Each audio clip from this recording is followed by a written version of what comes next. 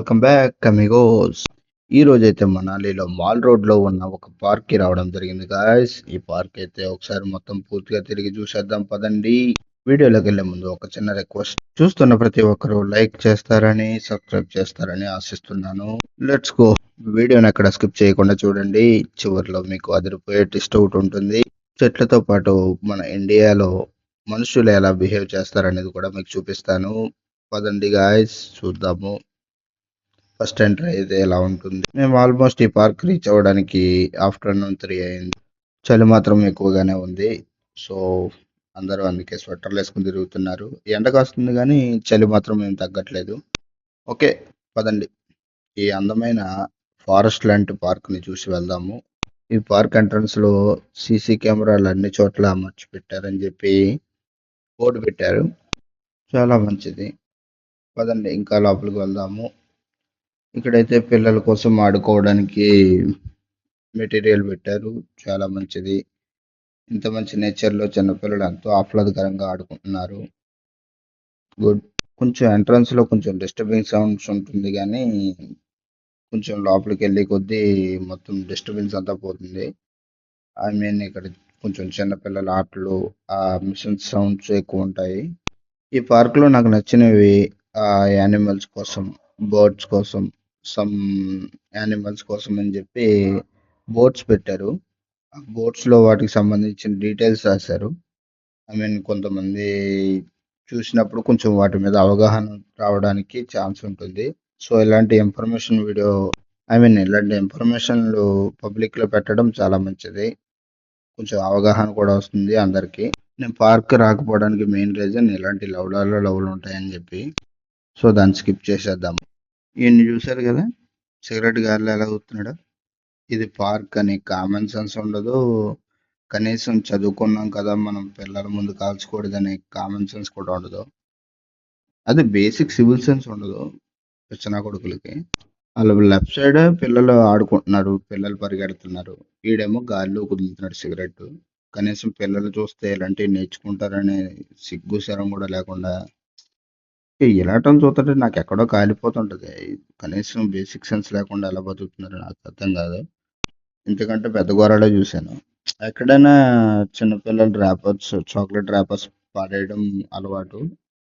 అలాంటిది పార్క్లోకి వచ్చిన తర్వాత మ్యాక్సిమం ఎవరు పాడేయడానికి అంత ఇష్టపడరు. ఐ మీన్ ఇక్కడ డస్ట్బిన్లు పెడతారు కాబట్టి డస్ట్బిన్లో వేయడానికి ఇష్టపడతారు. బట్ ఆయన ఎడ్యుకేటెడ్లో ఉన్నారు ఆయన.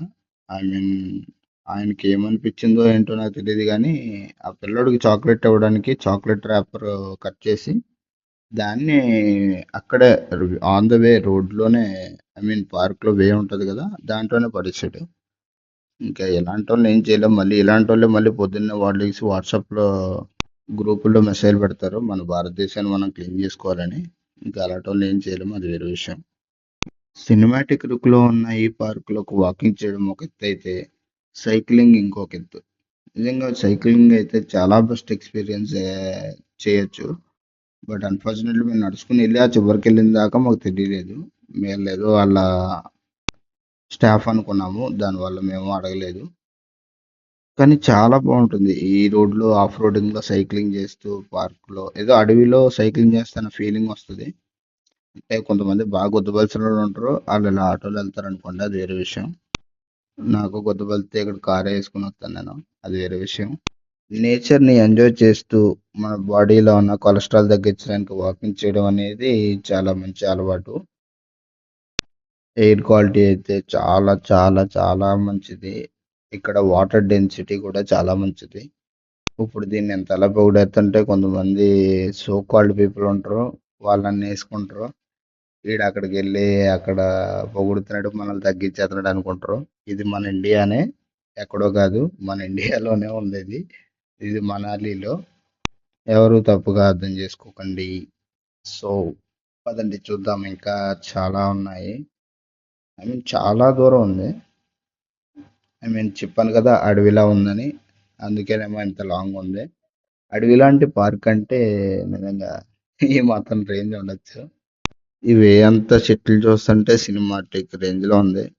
ఐ మీన్ సినిమాలో చూస్తుంటాం కదా, ఇద్దరు అమ్మాయిలతో సినిమాలో లాస్ట్ ఫైట్ ఉంటుంది కదా, సేమ్ అందులో చెట్లు చూస్తే ఎలా ఉంటాయి సేమ్ అలా ఉన్నాయి. చాలా బాగా అనిపించింది. ఇక్కడున్న లొకేషన్‌కి, ఇక్కడున్న చలికి మొత్తం కొంచెం ఫీల్ ఉంది దీంట్లో. ఏదో తెలియని ఫీలు. కాకపోతే ఆ స్టార్టింగ్‌లో ఆ 2 ఇన్సిడెంట్లు చూసిన తర్వాత కొంచెం డిస్టర్బింగ్‌గా అనిపించింది. ఇలాంటోళ్ళు కూడా ఎందుకురా బాబు ఇక్కడికొత్తున్నారని. ఇంకా తెలిసిందే కదా! ఇంక దాన్ని మార్చలేం మనం. చూసి చూడనట్టు వెళ్ళిపోవాలి. కానీ నేను అలా వెళ్ళలేను. అది మైండ్‌లో ఉండిపోతది. దాన్ని పక్కకు పెట్టడానికే ట్రై చేసుకుంటూ కొంచెం ముందుకొచ్చేసాను. కొంచెం ముందుకొచ్చిన తర్వాత పర్లేదురా బాబు అనిపించే లోపు నేను ఇంకొక దరిద్రం చూడాల్సొచ్చింది. ఆ దరిద్రం కోసం చెప్తాను గానీ, ముందు మన 'జీటీఏ' వారి దగ్గరికొద్దాం. జనాలు మరి కమర్షియల్ అయిపోయారు. ఎంత కమర్షియల్ అంటే ఇక్కడ స్నో ఉంటది. దాన్ని చూడడానికని చెప్పి చాలామందొస్తారు. కానీ ఈ ప్యాకేజ్ ఇచ్చి వాళ్ళు ఏం చేస్తారంటే ఇలాంటివి చెప్పరు. ఎవడు చెప్పడు మీకు. ఇక్కడ స్నో ఉంటది. ఇక్కడ స్నో ఉండదని ఏం చెప్పరు. ఎందుకంటే స్నో లేదంటే ఎవడు రాడు. వాడి బిజినెస్ జరగదు. ఆడి బిజినెస్ కోసం ఏ లంగా కవర్లనే చెప్తాడు. సో మేము అలాగే ఎర్నా కొడుకులయ్యాం. అది వేరే విషయం. ఇక్కడ వేకి కంచె పెట్టారు. దట్ మీన్స్ ఆ కంచె దాటి వెళ్ళకూడదని. కానీ వీళ్ళు ఈ కన్నంలోంచి వెళ్తున్నారు. అసలు ఈ కంచె పెట్టడానికి కారణం ఏంటో మేము ముందు చూపిస్తాను పదండి. ఇప్పుడు నా ముందు వెళ్తున్న ఇద్దరు కప్పులు చిన్న ఏజే, చాలా చిన్న ఏజ్, మాకన్నా చిన్న ఏజ్ లాగా ఉంది. కానీ దరిద్రుల్ని మేము చూడకూడని పొజిషన్లో చూడాల్సి వచ్చింది మా దరిద్రం కొద్దీ.